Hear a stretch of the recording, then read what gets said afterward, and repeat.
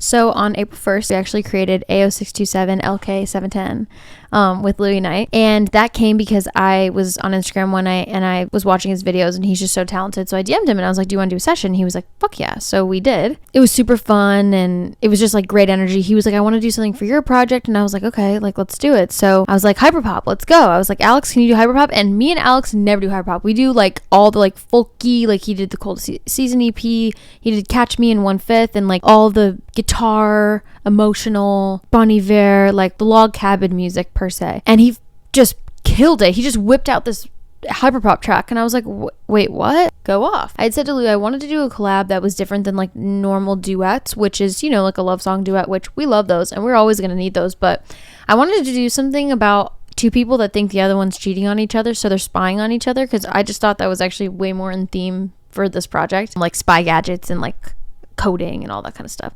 So we did, and that is what that song is about, and it's super fun. So I'm really excited for you guys to hear that one. And then later that night I got invited to this like house party by this like person who was a friend of a friend, very happenstance, and I was like, sure, I'll go, like let's do it. I had no one to go with, so I went alone to a Beverly Hills house party. I pull up and I only knew one person, and the one person was like the dad of the group, so like not like actually their dad, like, so like not people my age. Anyway, hung out with these kids all night, super fun, and they were really cool, and they were more established in their career than me. And there was one point in the night, it was like 5 a.m. and we were hanging out at this restaurant. They were like, let's go thrifting tomorrow. They like invited me and I was like, well, I have, you know, I think I have a session tomorrow. And they were like, but it's a Sunday. And I was like, well, like, I mean, we're artists, who cares what day it is? Like, you just write whenever you can, right?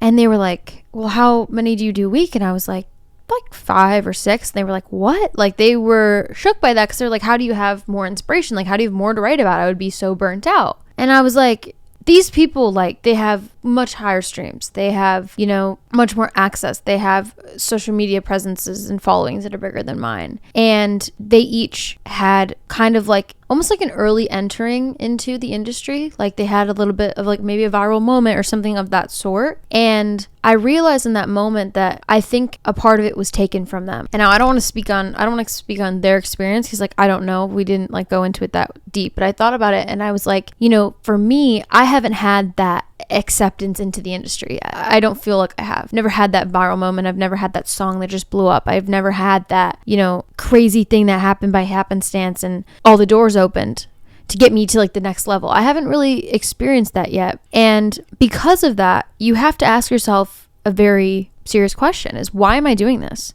Because I'm not getting money. I'm not getting recognition, getting any of these things that you get from this industry. I'm not getting any of that.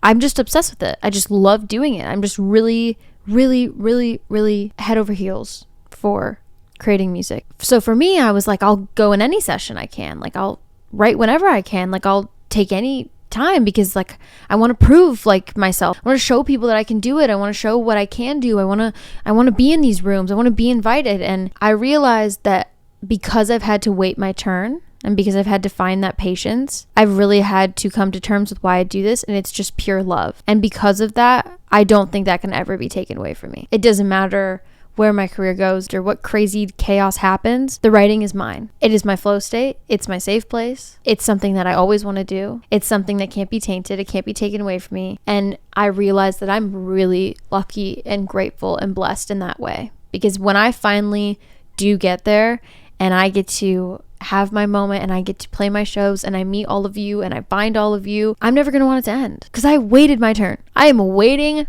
patiently for however long it takes. And I'm not saying that they're not. I'm just saying that they had a very different come up and experience than me. So that is why I wrote Lucky.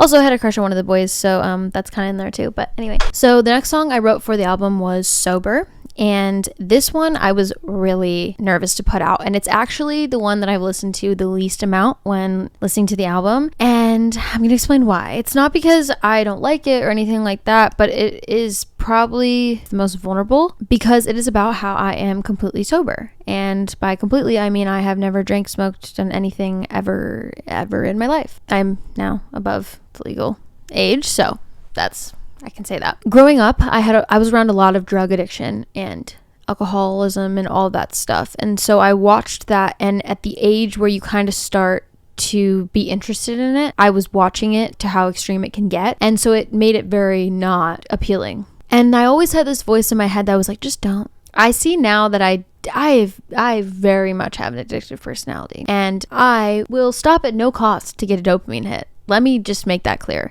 And that is what sober is about doing things that give you dopamine that are not illegal or that do not require being under the influence or changing your state of mind. Because the reality is, like, you have all these chemicals in here. You can hack that and make and get that same pleasure and do the restriction and the indulgence and the back and forth and all that kind of stuff. And I absolutely do, and I have. It's difficult because when I'm not doing those things, I do feel more depressed. I do feel more sad. I do, when I'm getting a lot of dopamine, any day that I didn't, I'm like, oh my God, I haven't been happy in weeks. It's like, that was yesterday. It's weird. It really skews the way you think. And so the thing about talking about being sober and why I don't talk about that on the internet is because if you used to do drugs and you used to drink and you're sober, like, you're sick, like, you're epic, like, you're a warrior, like, that's sick that you quit. And that is all true. But people think that you're judging them when you say you're sober. And this has happened to me multiple times in my life. Every time I say I don't drink, the response is, well, I don't drink that much either. Girl, I'm not judging you. In fact, I probably should let loose and relax. I like working my ass off all day, going to bed at 9. My idea of a good time is like being in, like, crouched at a party, like having a deep conversation about death. Like, I'm not like, they're like, let's go out and like do a thing. Like, I'm like, no, I'm like, I don't want to be around energy vampires, and like, I just want to be at home and like do my thing. I'm a Cancer. It's not shitting on me. It's not shitting on you. All this to say is that you don't have to do anything one certain way. And if you don't do it that way, you are not judging other people for doing it. I could care less if people drink. So that's why I haven't really wanted to talk about it on the internet, because it gets misconstrued as, yeah, like, I'm so righteous and like, I'm just better than you because I say no. So the last song I actually ended up writing was Plot Twist, because I wrote it a couple months ago, and then my management at the time was like, you need to do this as the next single with the label that I worked with also at the time. Cue sad violin.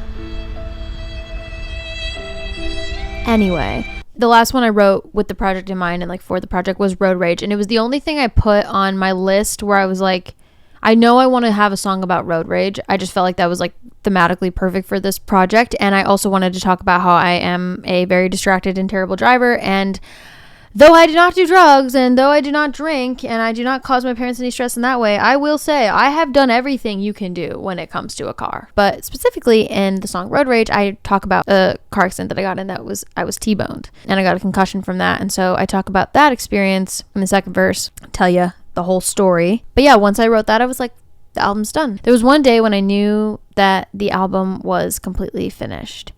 And that was